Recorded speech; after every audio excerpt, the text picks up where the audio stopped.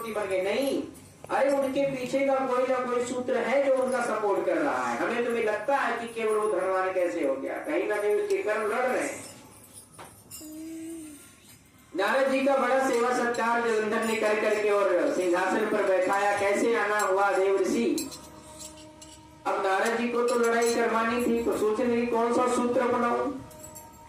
कहने लगे, नारद जी कहने लगे कि हे दैत्यराज, मैंने पूरा भ्रमण कर लिया, पूरा ब्रह्मांड भ्रमण कर लिया, लेकिन तुम्हारे जैसी संपत्ति, तुम्हारा जैसा साम्राज्य किसी के पास नहीं।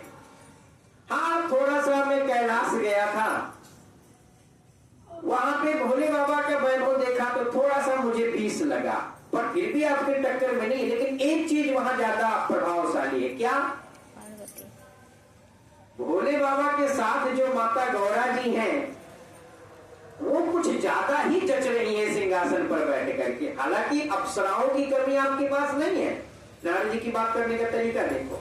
हालांकि अप्सराओं की कमी नहीं है आपके पास, लेकिन फिर भी गौरा जी तो गौरा ही है। अब वही बात की मन में बात खटक गई जलंधर की कि गौरा मेरे पास होना चाहिए। सोचो, तुरंत अपने सुबाहु नाम के राक्षस दूत को बुलाया और जाकर के कहने संदेशा भिजवा दिया भोले बाबा को कि बता दो कि कैलाश सहित माता पार्वती को मेरे पास छोड़ जाए। अब कोई किसी की बीवी को इसे कहेगा तो वो शांत बैठेगा है? जब सुबाहु नाम का राक्षस जाकर के और कैलाश पर्वत पे उसी एटीट्यूड में जाकर के भगवान शंकर जी से कहता है कि हमारे दैत्यराज ने माता पार्वती के साथ में आपका पूरा साम्राज्य मांगा है, और तुम भोले भंडारी क्या में इतनी सुंदर पत्नी क्या करोगे। तो अब किसी की बीवी को कोई ऐसा कहे, कोई शांत बैठ जाए तो मानो हदे होगी सारी है। भगवान शंकर जी के नेत्रों से ऐसी ज्वाला निकली कि सुबाहु नाम राक्षस को लगा के भी जल करके खत्म कर देंगे। ऐसी परिस्थिति में जब देखा तो देखने के बाद हाथ जोड़ करके निवेदन करने लगे। अब सुबाहु नाम का राक्षस तो भाग करके चला आया किसी तरीके से जान बचा करके, लेकिन अब जो ज्वाला निकली थी, क्योंकि जो चीज प्रकट होती है उसका विनाश भी होता है। देखा है, अब हमें खाने के लिए कुछ दो, भगवान से मिलने का अपने शरीर खा लो, बड़ी मुश्किल उसने खा लिया, उसका गर्दन बचा हुआ। अब मैं निवास कहाँ करूं? भगवान ने कहा कि मेरे मंदिर के चौखट पे निवास करो। कहाँ पे निवास करो? जब मेरे मंदिर के चौखट पे आपको यहाँ निवास करो। और आज भी कहते हैं जब चौखट पे, जब मंदिर के द्वार पे चढ़ो तो सीढ़ियों को प्रणाम करके चढ़ना चाहिए, और जब जाओ मंदिर से तो सीढ़ियों को प्रणाम करके जाओ। और जो भोले बाबा का जल चढ़ाते हो उसमें में से 2 बूंद जल चौखट पे जरूर डालो। भगवान शंकर जी ने वरदान दिया। अब ऐसी परिस्थिति में जलंधर को लगा कि अब हम क्या करें। हमारे दूत को भगा दिया। जलंधर ने खुद ही अपना सोचा कि मैं जाऊंगा।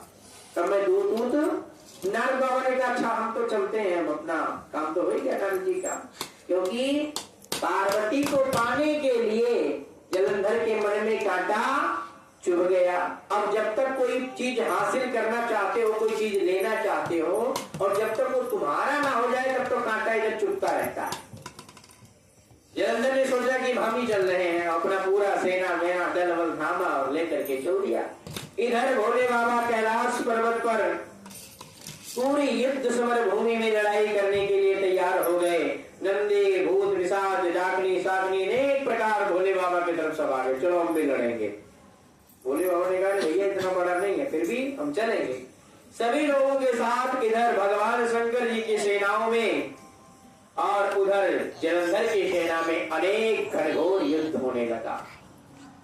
घमासान कभी जलंधर जीत जाता है तो कभी भोले बाबा जीत जाते हैं, क्योंकि है वास्तविक रूप से दोनों भाई भगवान शंकर जी के ही तो नेत्रों से प्रकट हुआ था जलंधर।